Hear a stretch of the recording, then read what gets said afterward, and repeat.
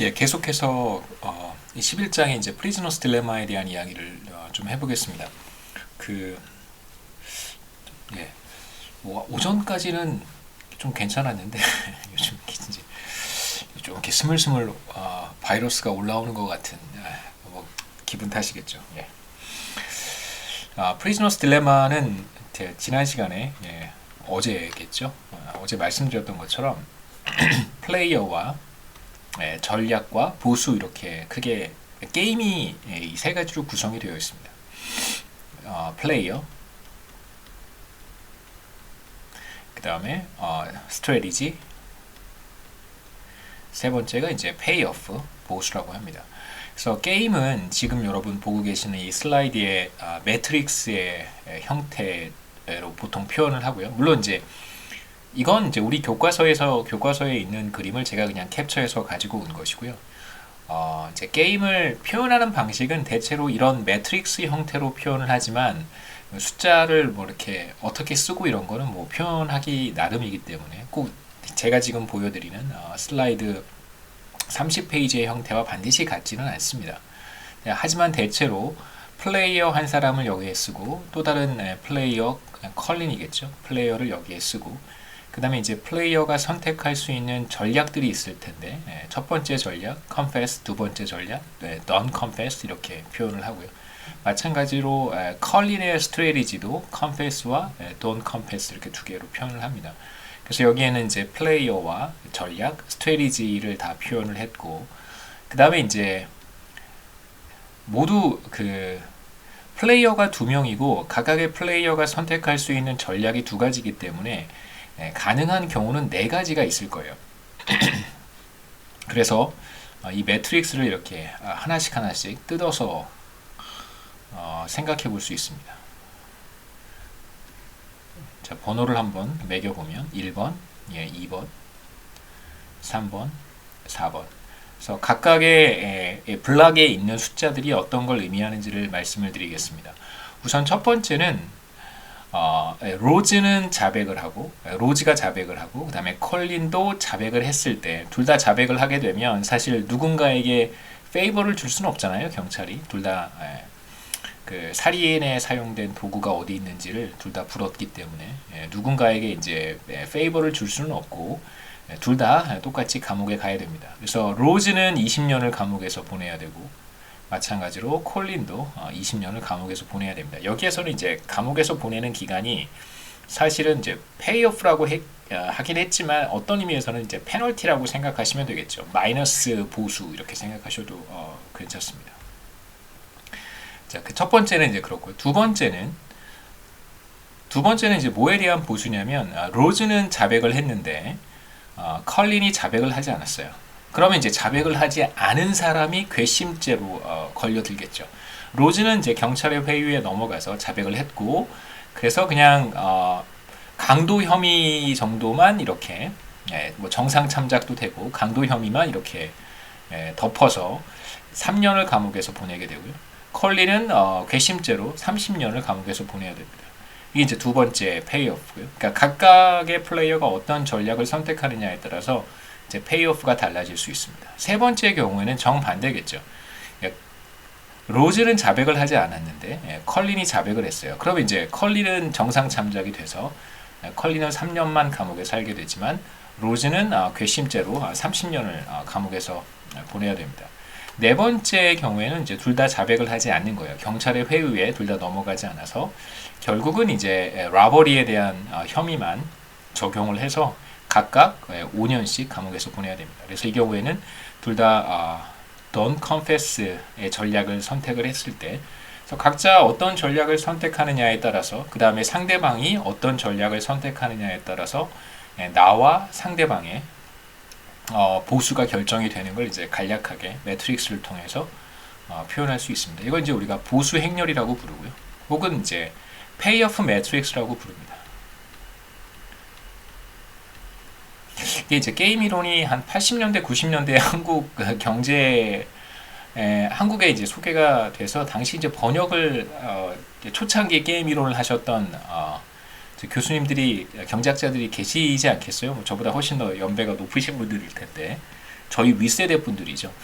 이제 이분들이 조금 더 센스 있게 그 번역을 하셨더라면 조금 더 좋았을 텐데 뭐 요즘 계속해서 용어들이 좀 업데이트는 되고 있어서요. 근데 그 시절의 용어들을 계속해서 사용하는 경우가 많아서 뭐 요즘 뭐 그건 좀 쓸데없는 얘기긴 하지만 그 영어를 많이 사용하는 것에 대한 약간 좀그 우리말 사용 캠페인 이런 거 좀 많이 하는 것 같기도 한데 뭐 저는 잘 모르겠습니다.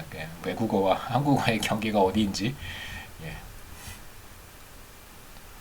그래서 여기서 컬럼은 기본적으로 컬럼은 이제 열이죠, 그렇죠? 이게 컬럼이고요. 그다음에 이제 이게 행이겠죠, row. 그래서 컬럼에는 이제 컬린이 선택하는 전략들을 이렇게 나타냈고, 그다음에 row 행에는 로즈가 선택하는 전략들을 나열을 해놨습니다. 말씀드렸듯이 이제 네 가지 가능한 경우가 있고요. 둘 다 자백을 하거나 한 사람은 자백을 하고 한 사람은 자백을 하지 않거나 이제 둘 다 자백을 하지 않거나 이제 네 가지 가능한 경우들을 제가 말씀드렸고 그 다음에 페이오프 매트릭스에 대해서 설명을 드렸습니다. 보수 행렬. 꼭 약간 보수 행렬 하니까 그런 생각이 드네요. 그 보수 정치적으로 이제 컨서버티브한 사람들이 이렇게 행진을 하는 것 같은 그런 그런 단어의 의미도 좀 있을 수 있겠네요. 페이오프 매트릭스입니다. 그 다음에 이제 우리가 좀 계속해서 보려고 하는 개념은 도미넌 스트래티지라고 하는 게 있는데 이건 우월 전략이라고 번역을 합니다. 그 다음에 이제 이거와 대립되는 개념이 하나 있는데 그게 뭐냐면 dominated strategy라고 해요. 근데 뭐 우리 교과서에서는 따로 dominated strategy에 대한 표현은 나오지는 않으니까 그냥 참고로 이런 개념도 있다 정도만 알고 계시면 좋을 것 같고요. dominant strategy는 뭐냐면 상대방이 그러니까 지금 우리 두 사람이 게임을 하고 있는데 상대 플레이어가 어떤 전략을 선택하든 상관없이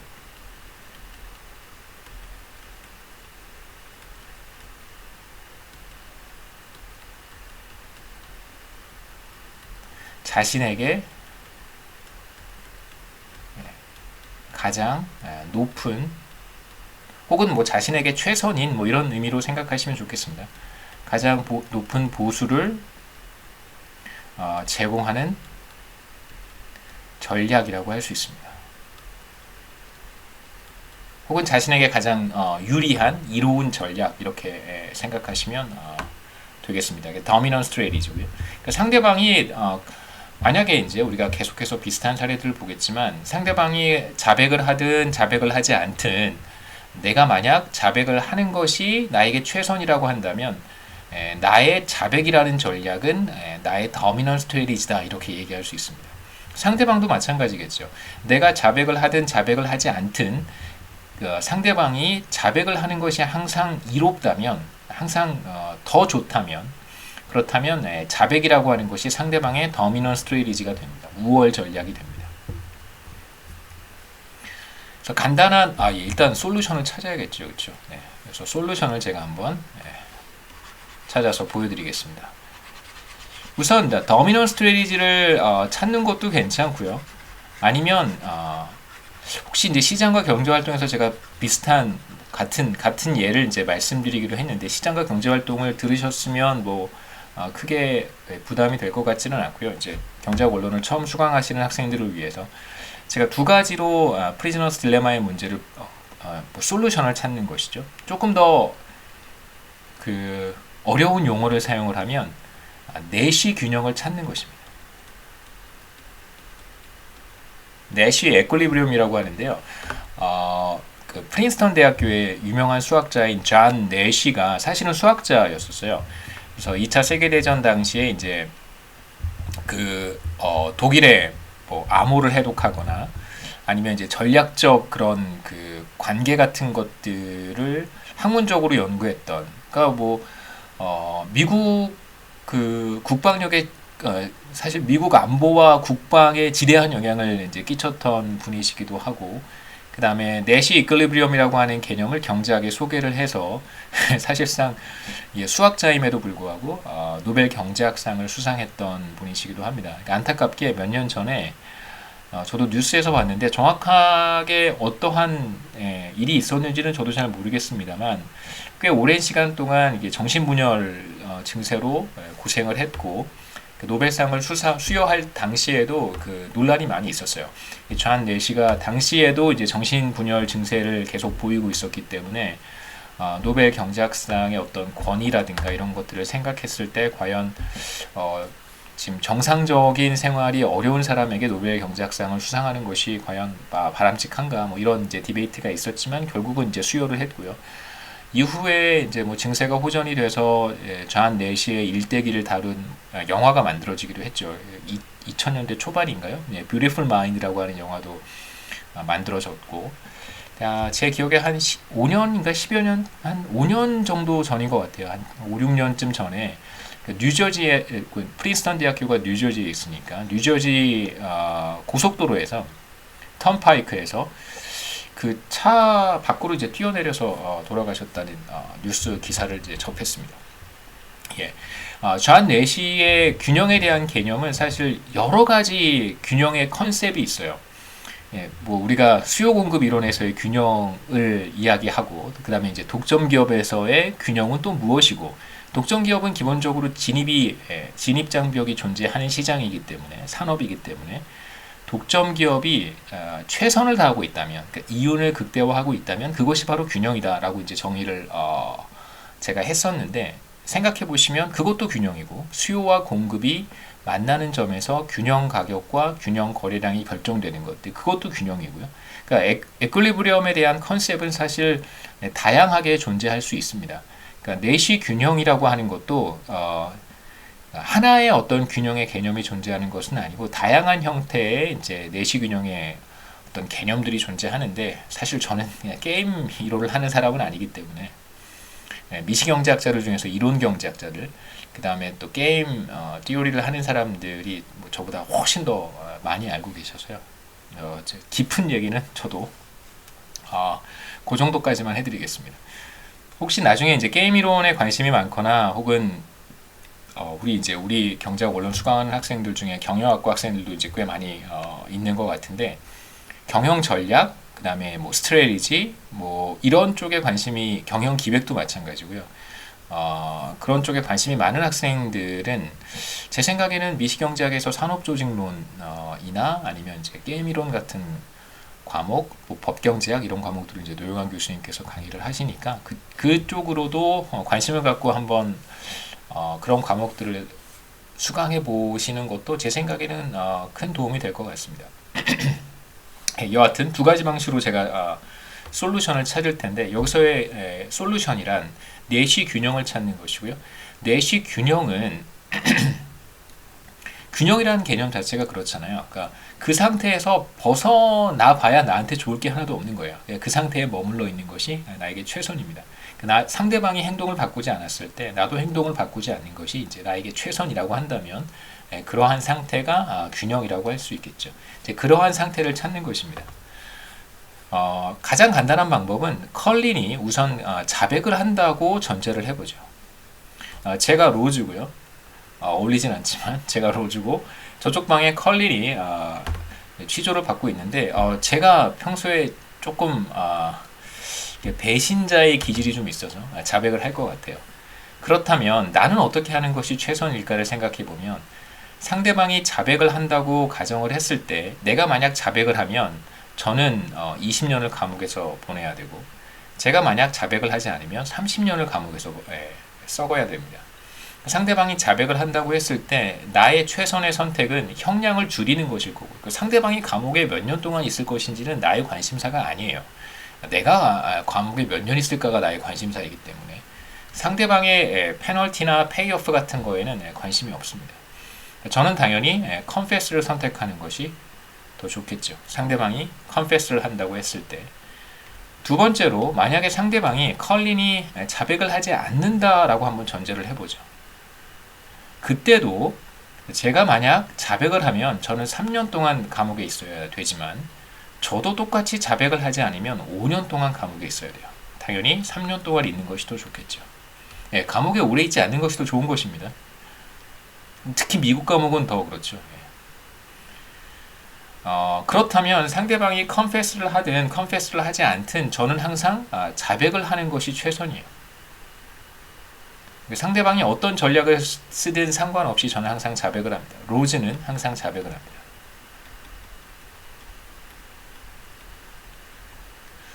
그 다음에 똑같은 문제를 콜린의 입장에서 한번 풀어보죠. 물론 그 형량 자체가 대칭적이긴, 이건 이제 시메트릭 게임이라고 해요. 그러니까 대칭적이라고 하는데 그 뜻이 뭐냐면 콜린에다가 로즈를 쓰고요. 예, 로즈의 자리에 컬린을 써도 문제가 달라지지 않아요. 그러니까 둘은 사실 똑같은 상황에 처해 있는 것입니다. 이러한 게임은 이제 시메트릭 대칭 게임이라고 보통 일반적으로 표현을 하고요. 우선 컬린의 입장에서 생각을 해볼 텐데, 만일 로즈가 자백을 한다고 하면 컬린은 어떻게 하는 것이 최선이냐면, 자신이 자백을 하면 20년 동안 감옥에 있어야 되지만 자백을 하지 않고 버티면 30년을 감옥에 있어야 돼요. 그렇기 때문에 컬린도 당연히 자백을 선택을 합니다.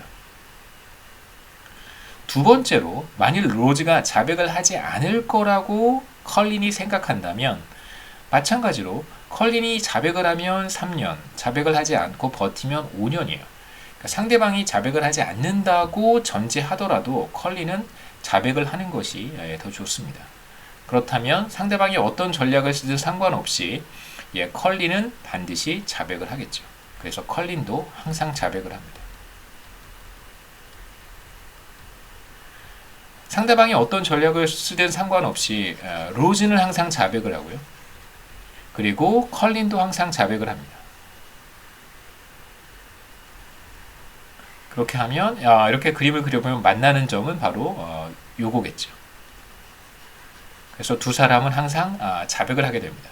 그래서 이 게임의 균형은, 이런 게임의 균형을 우리가 내시 이퀄리브리엄이라고 부르고요. 내시 균형이라고 합니다. 내시 균형은 이렇게 보통 표현을 해요. 플레이어가 선택하는 전략을 씁니다. 그래서 로즈는 자백을 하고 컬린도 자백을 합니다. 그러니까 이제 뭐 우리가 수요 공급 곡선이 만나는 점에서 균형 가격, 균형 수량을 표현하듯이 균형 가격은 얼마, 균형 수량은 거래량은 얼마 이렇게 표현하듯이 이제 게임에서는 내시 균형을 이런 식으로 표현을 합니다. 로즈는 어떤 전략을 선택하고 컬린은 어떤 전략을 선택하고 이렇게 표현하는 것이 일반적입니다. 이렇게 해서 이제 솔루션을 찾은 것이고요. 우리가 이제 게임을 풀었다 이렇게 표현합니다. 그러니까 프리즈너스 딜레마의 문제를 푼 것이죠.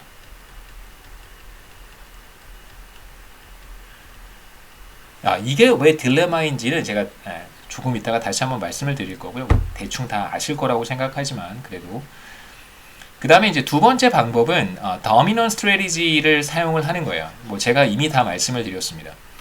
로즈 입장에서는 더미넌 스트래티지가 있어요. 로즈는 더미넌 스트래티지를 갖습니다. 이걸 이제 로즈는 우월 전략을 갖는다 이렇게 표현합니다. 그러니까 로즈의 우월 전략은 무엇이냐면 바로 컨페스예요. 왜냐하면 아까 컬린이 자백을 하든 자백을 하지 않든 로즈는 항상 자백을 하는 것이 최선입니다. 자신에게 가장 이로운 선택이에요. 그럼 로즈는 항상 자백을 하게 되어 있어요. 이렇게 로즈의 더미넌 스트래티지를 찾아서 표시를 합니다.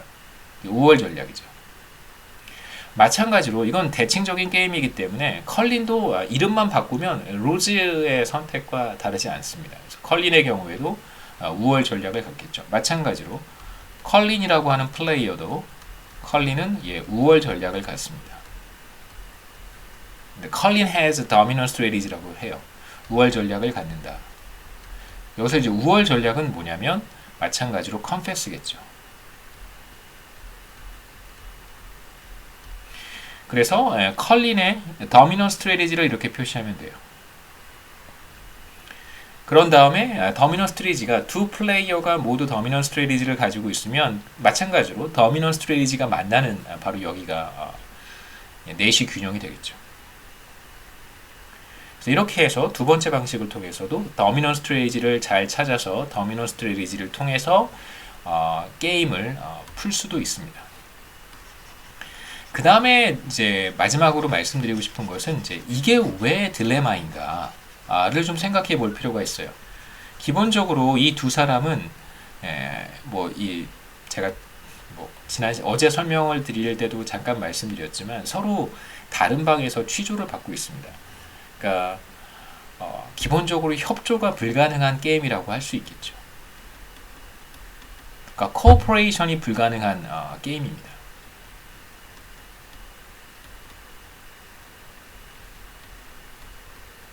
제가 게임 이론도 잘 모르면서 너무 많이 말씀드린 것 같아서 좀 죄송하긴 한데요. 게임은 크게 두 종류가 있어요. 네. 어떤 종류냐면 재밌는 게임과 재미없는 게임 이런 게 아니고요. 어떤 종류의 게임이냐면 협조적 게임과 비협조적 게임이 있습니다. 그러니까 코퍼레이티브 게임과 O가 하나인가요? 두 개인가요? 영어에 약해서 티브 게임과 non-cooperative 게임으로 구분합니다.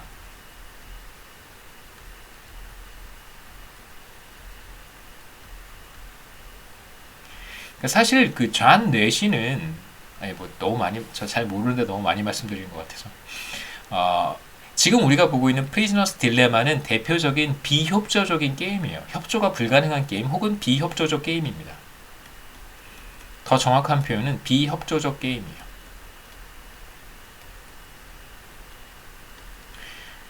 만약에 두 사람이 협조가 가능했었으면 서로 커뮤니케이션을 할 수 있고 서로 이렇게 협의를 통해서 더 나은 결과를 도출하고 싶었다면 이 두 사람은 둘 다 던 컨페스를 선택하는 것이 더 좋습니다. 왜냐하면 둘 다 5년씩 감옥에 가면 되니까요. 그런데 결과적으로는 협조가 불가능한 게임에서는 이 두 사람이 어떤 선택을 하게 될까요? 20년 감옥에 있어야 되는 그런 선택을 하게 됩니다. 물론 협조가 가능해서 둘이 이제 협의를 거쳐서 우리 이번에 경찰한테 잡혔으니까 취조를 받을 때 둘 다 자백을 하지 말자 하고 굳게 약속을 하더라도 사실 이 약속은 지켜지기가 불가능하겠죠. 왜냐하면 로즈를 생각해 보죠. 콜린이 컨페스하지 않는다고 약속을 했어요. 그런데 제가 배신을 하고 이렇게 오면 이렇게 가는 거죠, 그렇죠? 제가 로즈입니다. 로즈가 배신을 하고 이쪽으로 이렇게 가버리면 자신은 형량이 5년에서 3년으로 줄어들어요. 그러니까 실제로 협조를 맹세했다고 하더라도 이 협조의 맹세가 지켜지기라고 기대하기는 굉장히 어렵겠죠. 이게 바로 이제 프리즈너스 딜레마의 가장 중요한 메시지라고 할 수 있습니다. 그 다음에 이제 또 하나 참고로 말씀드리면 이 프리즈너스 딜레마의 두 번째 메시지라고 할 수 있는데 그 두 번째 메시지는 사실 우리가 애덤 스미스의 보이지 않는 손이 작동하는 세상은 그냥 맡겨두면 베스트로 간다는 거잖아요. 사람들이 본질적으로 자신의 어떤 그 이익을 추구하는 이기적인 존재라고 하지만 이런 이기심의 추구가 시장에 발현이 되면 보이지 않는 손에 의해서 가장 효율적인 자원의 배분이 달성된다는 게 이제 아담 스미스의 보이지 않는 손 이야기입니다. 그런데 그 보이지 않는 손이 여기에서는 나타나지 않죠. 자신의 이익을 추구할 때 결과적으로 두 사람 다 20년씩 감옥에 가야 되는 상황이 벌어지는 거예요. 그러니까 누군가가 이 사람들로 하여금 배신을 하면 그거에 상응하는 엄청난 처벌을 하겠다라고 협박을 만약에 누군가 했었더라면 제3의 시장 개입자가 애덤 스미스의 보이지 않는 손이 나타나서 실제로 이 사람들에게 응징을 하겠다라고 협박을 해서 둘 다 자백을 하지 않는 선택을 하게 만들면 모를까 보이지 않는 손에만 맡겨둔다면 실제로 자원 배분은 효율적으로 이루어질 수 없다는 사실을 프리즈너스의 딜레마는 보여주고 있는 것입니다. 이게 최선이겠죠, 그렇죠? 그러니까 이건 페널티라고 생각할 수 있겠지만 프리즈너스 딜레마가 이제 감옥에서 보내야 되는 어떤 그런 기간이 아니라 만일 더 많은 이윤을 얻을 수 있었더라면 아니면 더 많은 소득을 얻을 수 있는 선택임에도 불구하고 이쪽으로 가지 못하고 둘 다 그거보다 못한 선택을 하게 된다는 것입니다. 시장에 맡겨놨을 때 자원 배분이 비효율적으로 이루어질 수 있다는 사실을 이제 보여주는 사례이기도 하죠. 그러한 의미에서 사실 제 생각에 프리즈너스 딜레마는 이 마지막 메시지가 사실 더 중요하다고 생각해요. 그러니까 시장에만 맡겨두었을 때 과연 자원 배분이 효율적으로 이루어질 것인가, 그러니까 리소스 얼로케이션이 과연 efficient한가, 그렇지 않다는 것을 이제 보여주는 굉장히 중요한 사례라고 저는 개인적으로 그게 더 중요하지 않나 라고 생각합니다. 예, 그 이제 올리가폴리 관련해서 이제 간단한 예를 제가 보여드릴 텐데요. 지금 프리즈너스의 딜레마와 마찬가지로 두 플레이어가 존재하는 게임을 보려고 합니다. 이게 플레이어가 많으면 사실 게임이 더 복잡해지고 훨씬 더 많은 메시지를 우리가 얻을 수는 있겠지만 대체로 뭔가 더 복잡해져서 얻을 수 있는 것보다 잃어버리는 것이 더 많다면, 얻는 것보다 잃어버리는 것이 더 많다면 이제 모형을 복잡하게 만드는 것보다는 가능한 이제 심플하게 해서 얻을 수 있는 메시지를 최대한 끌어내는 것이 더 좋다고 경제학자들은 생각을 합니다. 그래서 여기에서는 프리즈너스 딜레마와 마찬가지로 이제 플레이어가 둘만 존재하는 듀오폴리부터 보도록 하겠습니다. 복점이죠. 그래서 두 셀러가 존재하는, 하나의 셀러만 존재한다면 그건 모노폴리고요. 셀러가 둘 존재한다면 이제 듀오폴리가 되겠죠.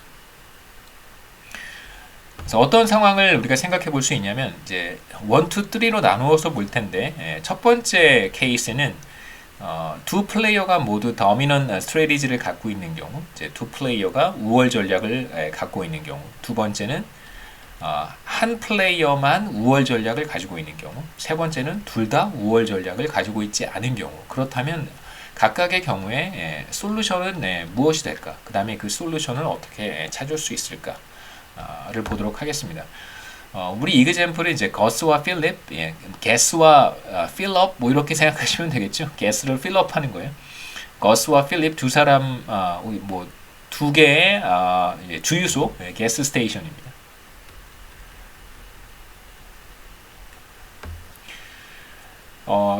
플레이어는 둘이고요. 이 두 플레이어가 이제 각각 어떤 전략을 선택할 수 있냐면, 이제 스트레티지는 로우 프라이스를 선택할 수도 있고, 그러니까 가격을 낮게 책정할 수도 있고, 높은 가격을 책정할 수도 있습니다. 낮은 가격을 책정하면 더 많은 소비자들을 끌어모아서 유리할 수도 있겠죠. 반면에 높은 가격을 책정하면 그만큼 더 많은 이윤을 얻을 수 있습니다. 그러니까 상대방이 높은 가격을 책정했을 때 내가 가격을 낮추면 그렇다면 상대방의 그 고객들을 나에게로 끌어올 수 있는 장점은 있겠죠. 사실 더 좋은 것은 둘 다 높은 가격을 책정하는 것입니다. 그래서 둘 다 이제 시장을 반반씩 나누어 갖고 가능한 이제 이윤을 높이는 것이 더 좋은 선택일 텐데, 프리즈너스 딜레마와 마찬가지로 둘 다 높은 가격을 책정하기로 약속을 했다고 하더라도 언제든 이탈할 수 있는 인센티브가 존재하죠. 내가 만약에 높은 가격을 책정하기로 거스와 필립이 만나서 약속을 했는데, 만약에 거스가 가격을 낮추면 필립의 고객들까지 꽤 많이 끌어올 수 있는 그런 인센티브가 작동합니다. 제가 보여드리죠. 그 다음에 이제 각각의 보수들을 우리가 페이오프 매트릭스로 표현할 수 있고요. 여기에는 뭐 당연히 이윤 혹은 이제 손실을 표현을 하겠죠. 마이너스 이윤이 바로 손실입니다. 그 다음에 이제 중요한 것은 프리즈너스 딜레마와 마찬가지로 각각 취조실에 넣고 서로 커뮤니케이션이 불가능해요. 그러니까 상대방이 어떤 전략을 선택할지를 예상하고 페이오프 매트릭스도 다 알고 있습니다. 그러니까 상대방이 어떤 전략을 선택하고 내가 어떤 전략을 선택했을 때 나의 이윤은 얼마만큼이고 상대방의 이윤은 얼마만큼인지를 이제 다 공개가 되어 있어요. 다만 이제 이 둘 사이에 협조는 커뮤니케이션은 불가능합니다. 그러니까 취조실에 따로 있는 거와 같은 상황이라고 생각하시면 되겠죠. 상대방이 어떤 전략을 선택했는지를 관찰하고 내가 결정을 하는 것이 아니고요. 둘이 동시에 선택을 하는 것입니다. 이제 이걸 우리가 동시 행동 게임이라고 부르기도 해요. 그러니까 이걸 영어로는 simultaneous move 게임이라고 부르기도 합니다. 이런 형태의 게임을 프리즈너스 딜레마도 마찬가지예요.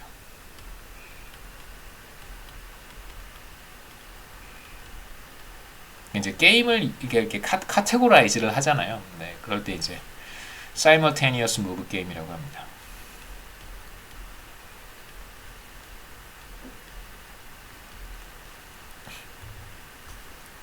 동시에 움직이니까 동시에 의사결정을 한다는 의미에서 첫 번째는 두 사람 모두 두 게스 스테이션 모두 더미넌 스트레티지를 갖고 있는 경우고요. 첫 번째 케이스입니다.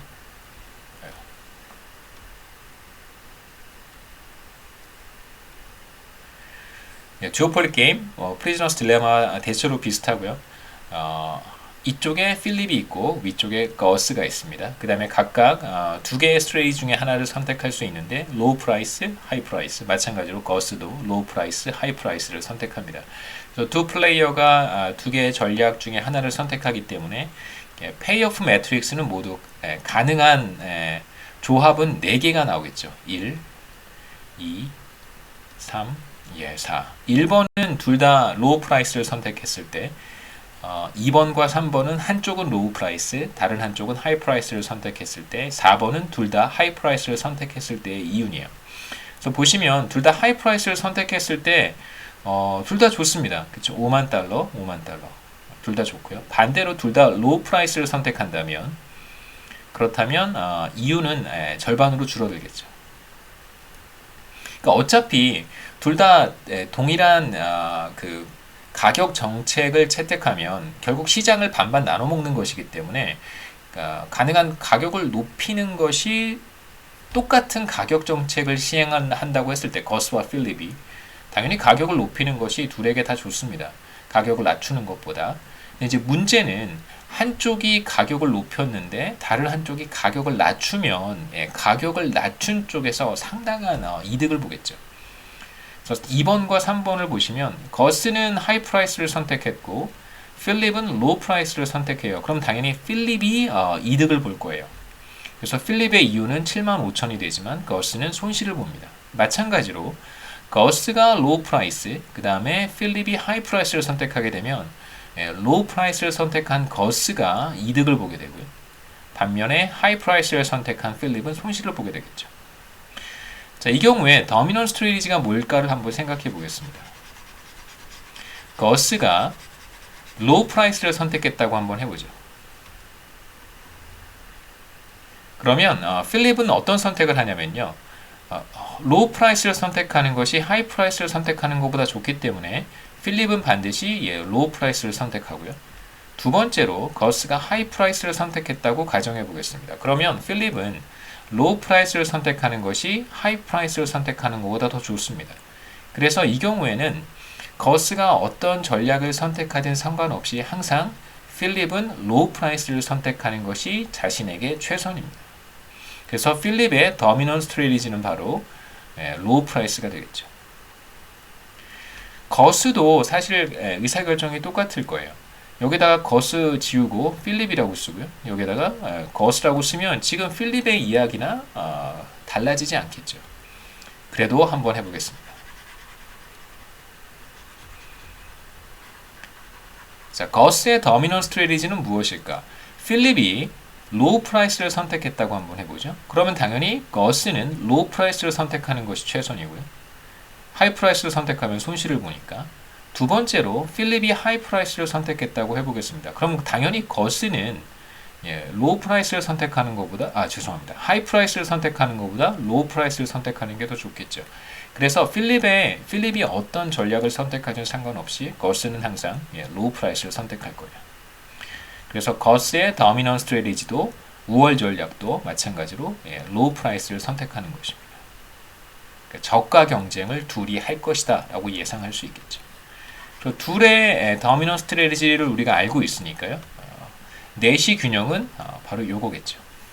내시 균형은 이 게임의 내시 균형은 이렇게 표현할 수 있습니다. 거스는 로우 프라이스를 선택하고요. 그 다음에 필립도 로우 프라이스를 선택한다. 이게 바로 내시 균형입니다. 플레이어가 선택하는 전략을 이렇게 표시하면 그게 바로 균형을 표현하는 것이죠.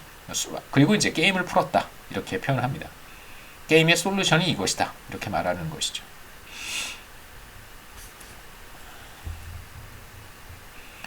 두 번째는 그래서 간단하게 결론을 말씀드려야죠. 프리즈너스 딜레마와 기본적으로 동일합니다. 그러니까 둘 다 사실 하이 프라이스를 차지하면 더 좋을 텐데요. 예컨대 이렇게 한번 생각해 보시죠. 둘 다 약속을 했어요. 우리 하이 프라이스 차지하자.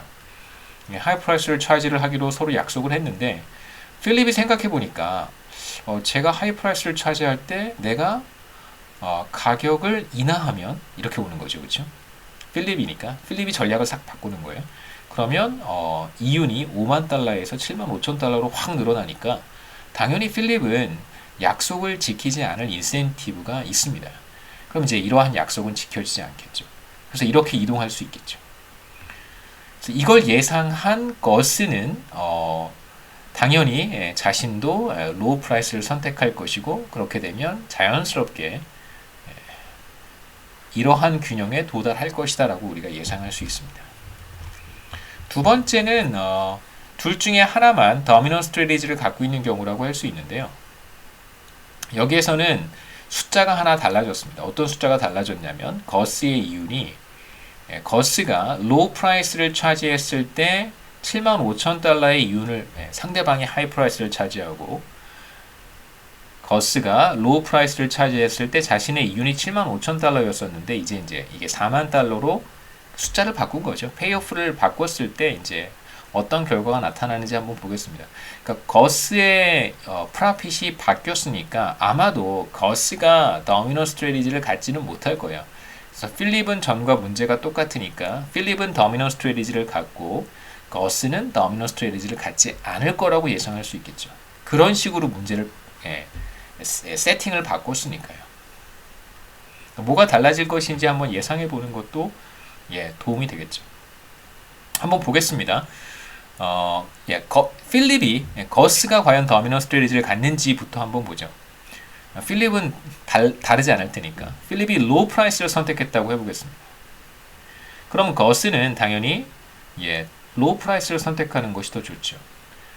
두 번째로 필립이 하이 프라이스를 선택했어요. 그렇다면 거스는 죄송합니다. 숫자를 지워버려서 필립이 하이 프라이스를 선택했다고 한번 해보죠. 그러면 거스는 하이 프라이스를 선택했을 때 5만 달러, 로우 프라이스를 선택했을 때 4만 달러를 벌게 돼요. 당연히 거스는 하이 프라이스를 선택합니다. 이 말은 무슨 말이냐면 필립이 로우로 가면 거스도 로우로 가고요. 필립이 하이로 가면 거스도 하이로 가는 거예요. 그러니까 거스는 필립의 전략과 같은 방향으로 움직입니다. 그래서 거스는 더미넌 스트래티지를 갖지 않아요. 오직 필립만 더미넌 스트래티지를 갖습니다. 왜 그런지 간단하게 확인해 보실 수 있겠죠. 만약에 거스가 로우 프라이스를 선택한다면 당연히 필립은 로우 프라이스를 선택하고요. 거스가 만일 하이 프라이스를 선택한다면 거스는 여전히 로우 프라이스를 선택해요. 그래서 거스만 여기서 원 플레이어는 바로 필립이겠죠. 필립만 더미넌 스트래티지를 갖습니다. 이런 경우에 솔루션을 어떻게 찾냐면요. 어렵지 않습니다. 어차피 필립은 항상 로우 프라이스를 선택할 것이라는 걸 알고 있어요. 필립은 이쪽으로 가지 않습니다. 그러면 아까 제가 말씀드렸듯이 거스는 필립과 같은 방향으로 움직인단 말이에요. 필립이 로우면 거스도 로우, 필립이 하이면 거스도 하이였었어요. 그럼 당연히 거스는 이 둘 중에 더 높은 쪽으로 갈 테니까요. 당연히 로우 프라이스를 선택하겠죠. 그래서 이 게임의 경우에도 플레이어가 그러니까 하나의 플레이어가 더미넌 스트래티지를 갖는 경우라고 하더라도 웬만해서는 어렵지 않게 솔루션을 찾을 수 있습니다. 그래서 이게 바로 넷시 균형이겠죠.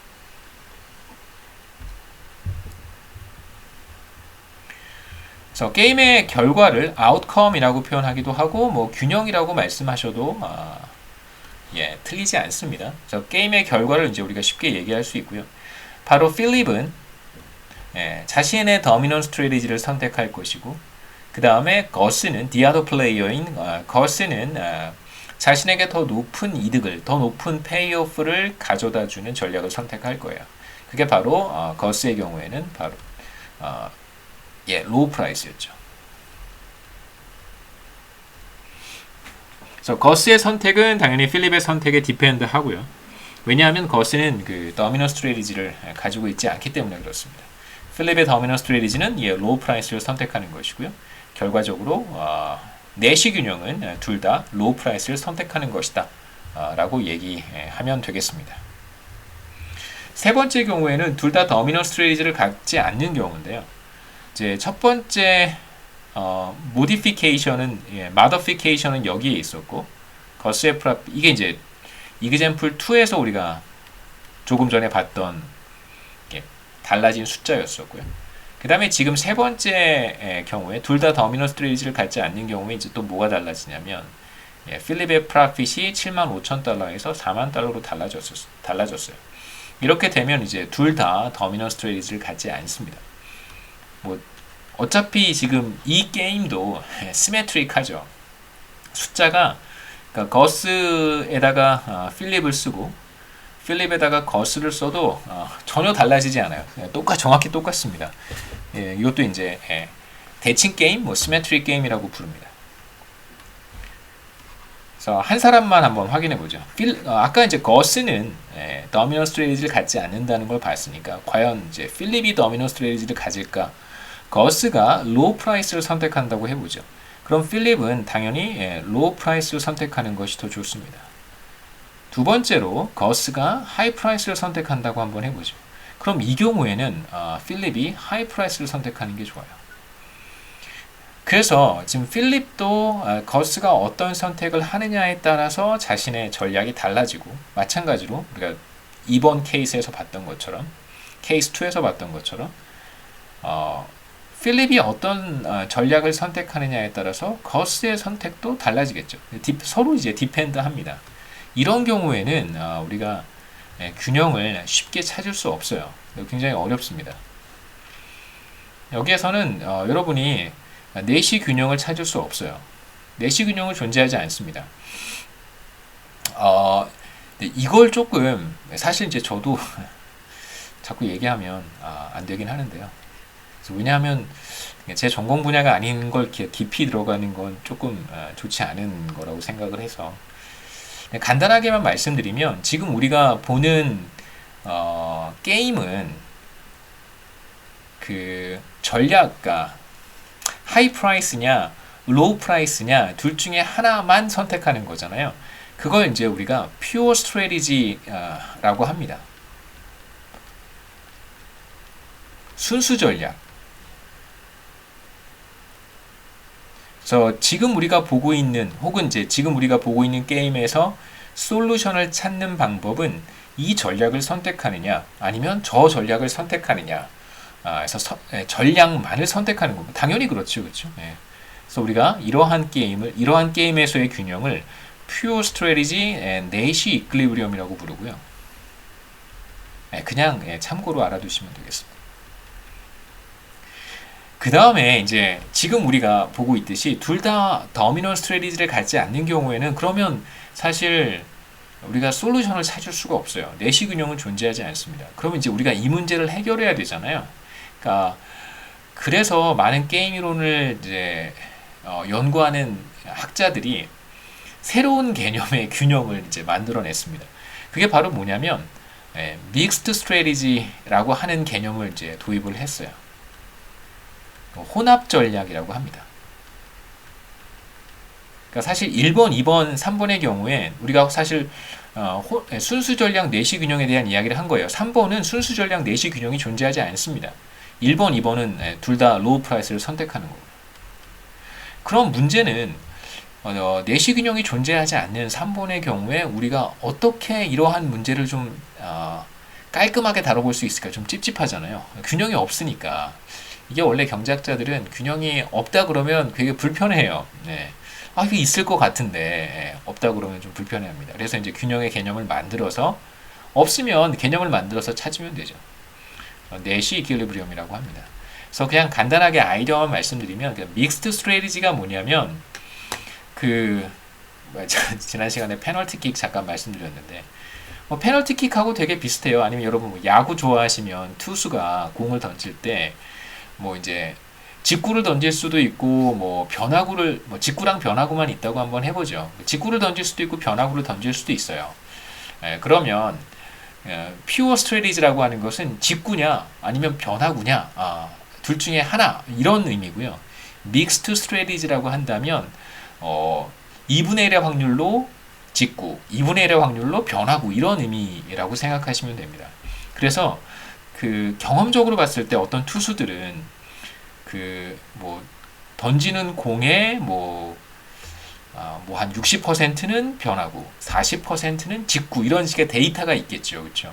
그러니까 어느 투수도 주구장창 직구만 던지거나 물론 그런 투수도 있겠지만 어떤 투수도 주구장창 변화구만 던지진 않아요.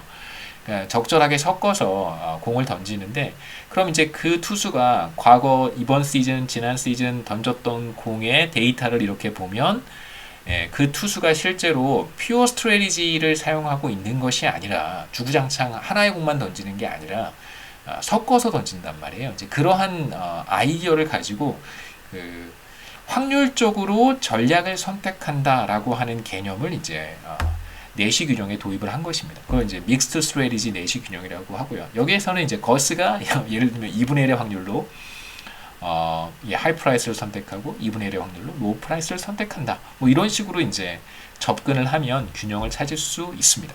뭐 참고로 그러니까 왜 믹스드 스트레티지가 의미가 메이크 센스 한지를 생각해 보셨으면 좋겠어요. 투수가 공 던지는 사례에서처럼 주구장창 한 가지 종류의 공만 던지는 투수도 없고 주구장창 뭐 페널티킥을 찰 때 오른쪽으로만 차는 키커도 없잖아요.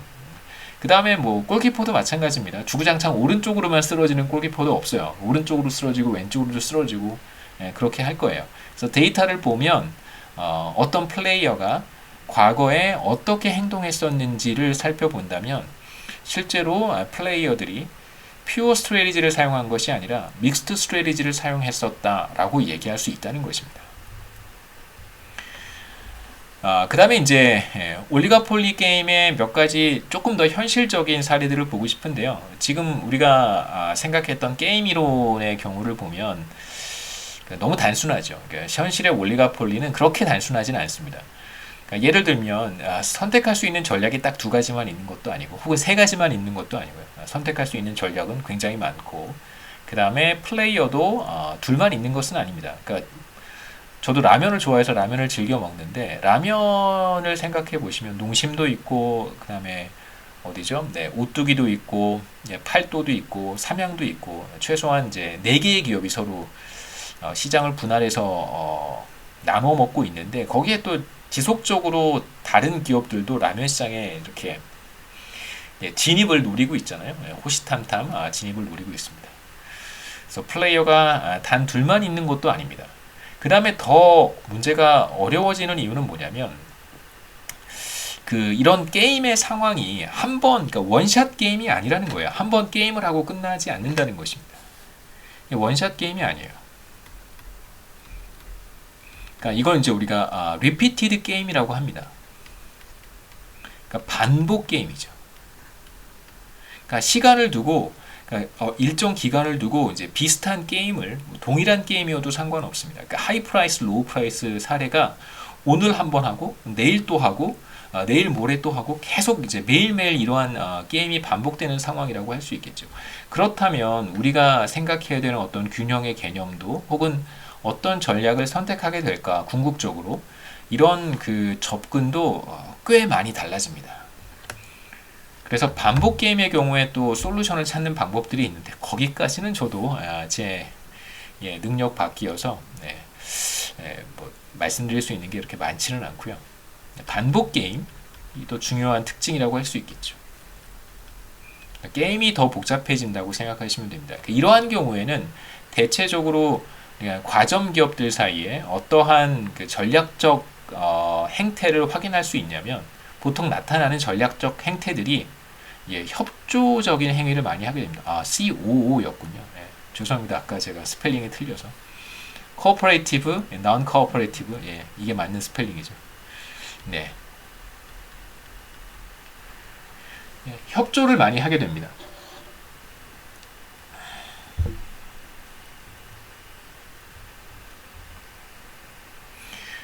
시간을 조금 제가 분할해서 사용을 하는 걸 좋아해서요. 영상을 올릴 때 이게 시간이 한 1시간 15분 이렇게 넘어가면 1시간 넘어가면 좀 영상을 이렇게 다루는 게 좀 어려워서 여기서 한번 끊고 뒷부분 이어서 하도록 하겠습니다.